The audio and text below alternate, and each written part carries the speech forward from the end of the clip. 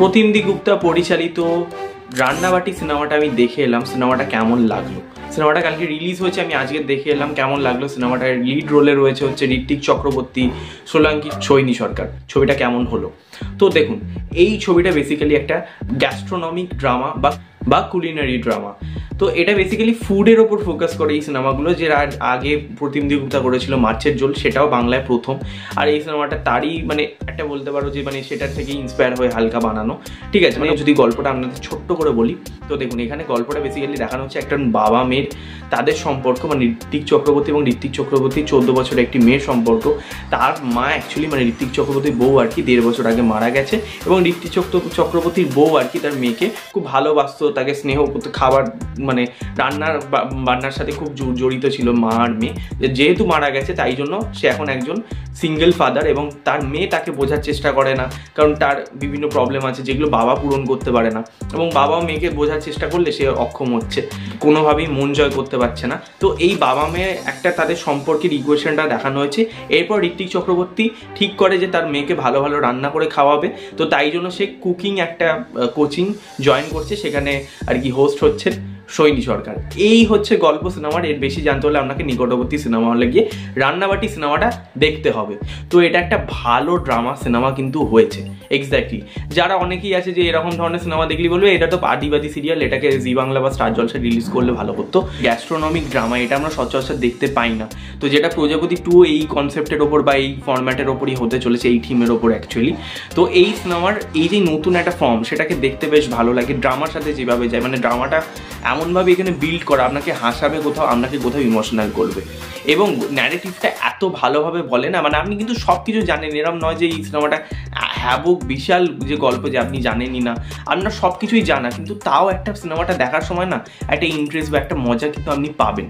ঠিক আছে, একটা ভালো ফিল গুড কিন্তু ব্যাপার রয়েছে, খুবই ভালোভাবে রয়েছে। প্রত্যেকটা মোমেন্টে কিন্তু আপনার হাসি পাবে, ইমোশনাল ফিল করবেন। ইন্টারভেল ব্লকটাও খুব ভালোভাবে রাখা হয়েছে। সেকেন্ডলি হয়েছে সবার পারফরমেন্স। এখানে কার পারফরমেন্স খারাপ? যে বাচ্চা মেয়েটি, যে বিশা দাশগুপ্তর আর কি মেয়ে, যে সব ভূতের সিনেমাটা আমি যদি খুব ভুল না হই সেখানেও ছিল, সেই মেয়েটির মানে অভিনয় খুবই ভালো, মানে এত ভালো। এবং সে যখন রেগে যাচ্ছে, সে যখন ইমোশনাল হচ্ছে, আপনি জাস্ট দেখবেন তার এক্সপ্রেশন, খুবই ভালো। ঠিক আছে, ঋত্বিক চক্রবর্তী পারফরমেন্স, মানে সে কেন বুঝতে পারছে না যে তার মেয়ে কী চায়, সেই জায়গাটা, তার কনফিউশনটা, এবং তার যে ওই মানে কয়েকটা কমিক সিন হালকা করে বা হালকা হিউমার তার মধ্যে রয়েছে, সেই জায়গাগুলো ঋত্বিক চক্রবর্তী ফাটিয়ে দিয়েছে, দারুণ অভিনয় করেছে। ঠিক আছে, ঋত্বিক চক্রবর্তী অভিনেতা তো ভালো, তাকে যেরকমই রোল দেওয়া হয় সে কিন্তু ভালোভাবে ফোটায়, তো এইখানেও সে খুব ভালোভাবে কাজ করেছে। সৈনী সরকার খুব ভালো পারফরমেন্স দিয়েছে। ঠিক আছে, সে এখানে একটু অন্যরকমের চরিত্র পেয়েছে, তাকে কিন্তু বেশ ভালো লাগছে। সোলাঙ্কি রয় কিন্তু অ্যাজ ইউজুয়াল খারাপ পারফরমেন্স দেয়নি, আমি বলবো না খুব দারুণ, তবে যেইটুকানি সময় ছিল ভালো পারফরমেন্স দিয়েছে। ঠিক আছে, এবার আসি হচ্ছে এই সিনেমার ডায়লগস রাইটিং। ডায়লগগুলো খুব ভালোভাবে রাখা হয়েছে, কিছু ডার্ক হিউমার, কিছু আজকালকার যেরকম আর কি কিছু রয়েছে আর কি, সেন্টিমেন্ট এবং কিছু জিনিসপত্রকে ঢুকিয়ে দেওয়া হয়েছে যাতে একটা বেশ ফিল গুড ব্যাপার দেয়। সে ডায়লগ রাইটিং খুবই ভালো হয়েছে। এডিটিং এবং সিনেমাটোগ্রাফির কাজ খুবই ভালো। এডিটিং খুব ক্রিস্প হয়েছে, মানে এই যে রান টাইমটা 2 ঘন্টা 2 মিনিটের সিনেমা, খুব সুন্দরভাবে ক্রিস্প করে কিন্তু সিনেমাটা করা হয়েছে। কোনো জায়গায় কিন্তু লেন্দি লাগে না, একদম খুব ভালোভাবে লাগে, এবং কোনো জায়গায় মনে হয় না যে খুব তাড়াহুড়ো করছে সিনেমাটা। খুব সুন্দরভাবে গল্পটা বলছে, এবং এমনভাবে শেষ হয় যেটা আপনি স্যাটিসফাইও হবেন। ঠিক আছে, এরকম নয় যে জোড়া টাপ্পি দিয়ে কোনোভাবে শেষ করে দিতে হলো, দিলাম না, খুব ভালোভাবে যত্ন নিয়ে কিন্তু সিনেমার স্ক্রিন প্লেটা লেখা হয়েছে। এছাড়া সিনেমাটোগ্রাফির কাজও খুব ভালো।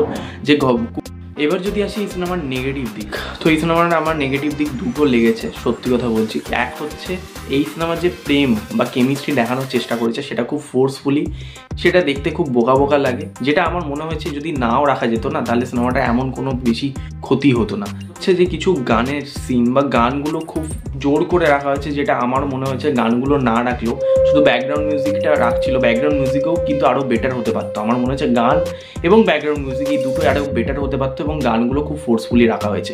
এই দুটোই আমার নেগেটিভ দিক লেগেছে। বাট একটা ভালো ড্রামা সিনেমা, ঠিক আছে, বাংলা ড্রামা সিনেমা বানাতে পারে। প্রতিমদী গুপ্তাও তার নিজের জোনে ফিরেছে। মাছের ঝোল এই সিনেমাটাও কিন্তু এই জোনের মধ্যেও ছিল, এবং আরেকটা সিনেমাও ছিল আমার আহার এমন, হ্যাঁ আহার এমন সিনেমাটাও কিন্তু এই জোনের মধ্যেই ছিল, ড্রামা জোনের মধ্যে। তো দুটো সিনেমাই খুব ভালো সিনেমা। এই সিনেমাটা অ্যাজ ইউজুয়াল কিন্তু বেশ ভালো সিনেমা। রান্নাবাটি সিনেমাটা কিন্তু আপনারা অবশ্যই দেখতে পারেন যাদের ড্রামা সিনেমা ভালো লাগে। যাদের ড্রামা সিনেমা ভালো লাগে না, যারা মাস মশলা ছবি বা এই ধরনের ছবির দর্শক নন, তারা দেখবে না, কারণ তাদের ভালো লাগবে না। যাদের জন্য বানানো তাদের ডেফিনেটলি এই সিনেমাটা ভালো লাগতে চলেছে। তো আমি চাইবো এই সিনেমাটা সামনের দিনে বেশি চলুক, কারণ দেখলাম না যে খুব ভালো দর্শক হচ্ছে এই সিনেমাটা। আমি চাই সিনেমাটা চলুক আর কি, কারণ he is a young director, এবং তার যদি এরকম সিনেমা চলে তাহলে আরও আমরা ভালো কাজ পাবো আর কি। সামনের দিনে সে এই জন্য ছবি আরও বানাবে, যেটা খুব দরকার। তো এখানে ভিডিওটা শেষ করছি। ভিডিওটা ভালো লাগলে লাইক করবেন, শেয়ার করবেন, সাবস্ক্রাইব করবেন, পাশে বেল আইকন ক্লিক করবেন, এবং অবশ্যই জানাবেন আপনারা যদি রান্নাবাটি সিনেমাটা দেখে থাকেন আপনাদের কেমন লেগেছে। আমার রিভিউ ভালো লাগলে ডেফিনেটলি একটা লাইক করে দেবেন, শেয়ার করবেন। নেক্সট ভিডিও হবে, টেক কেয়ার।